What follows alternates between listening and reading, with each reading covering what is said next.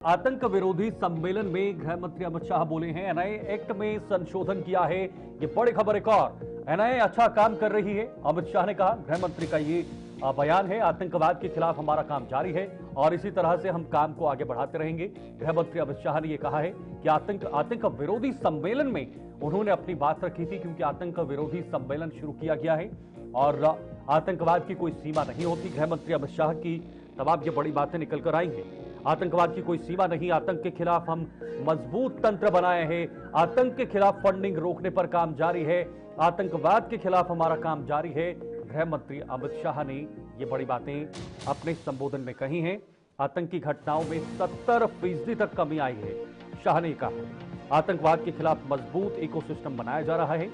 उनको समापन के लिए, उनके खात्मे को लेकर आतंकियों की उम्र पहले से घटी है। यानी पहले जहां आतंकवादियों को ज्यादा एग्जिस्टेंस का मौका दिया जाता था, सर्वाइवल का मौका दिया जाता था, लेकिन अब सर्वाइवल जो पीरियड है वो कम हो गया है। यानी जब आतंकी भर्ती होता है तो उसके बाद कुछ ही समय के बाद उसे मार दिया जाता है। आतंकियों की उम्र से पहले से घटी है और पीएम के जीरो टॉलरेंस नारे को दुनिया ने अपनाया। न सिर्फ भारत ने बल्कि दुनिया ने इस जीरो टॉलरेंस नीति को अपनाने का काम किया है। एकमात्र रास्ता आज के जैसा थोड़ा ऊपर आ जाऊं, हाइट। और ये 2 दिन के सम्मेलन में अभी प्रेजेंटेशन में दिखाया अनेक विषय लिए गए हैं। मैंने भी 1 महीने से इनकी तैयारी को बारीकी से देखा है और मुझे भरोसा है कि ये सम्मेलन सिर्फ चर्चा का प्लेटफॉर्म नहीं बनेगा। इस सम्मेलन से कुछ एक्शनेबल पॉइंट निकलेंगे जो हमारी देश की आतंकवाद के खिलाफ की लड़ाई को मजबूत करेंगे, ठोस आधार देंगे और परिणाम लक्ष्य भी बनाएंगे। ये सम्मेलन की उपयोगिता तभी ही है कि कॉन्फ्रेंस में निकले हुए एक्शनेबल पॉइंट को हम थाने तक ले जाएं, बीट तक ले जाएं और बीट से लेकर एनआईए के डीजी तक पूरे तंत्र को आतंकवाद के खिलाफ के खतरों से जागरूक करने का हम अगर काम करते हैं तभी ये सम्मेलन को सफल माना जाएगा।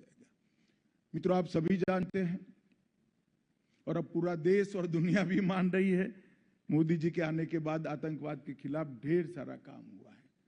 आतंकवाद के खिलाफ लड़ाई का मतलब ये नहीं है कि कुछ षड्यंत्र को पकड़कर उसका पर्दाफाश कर दिया। आतंकवाद के खिलाफ लड़ाई का मतलब है आतंकवाद के खिलाफ लड़ने वाली एजेंसियों के हाथ कानूनी रूप से मजबूत किया जाए, एक ऐसी इकोसिस्टम बनाई जाए जिसके आधार पर आतंकवाद के खिलाफ की लड़ाई हमारी मजबूत हो। और मैं आज आप सभी को बताना चाहता हूं, क्योंकि पिसमिल होते जाता है, हम लोग इसको एक पेपर पर रखकर जब देखते हैं तभी मालूम पड़ता है कि कितना विराट काम ये 10 साल के हुआ है।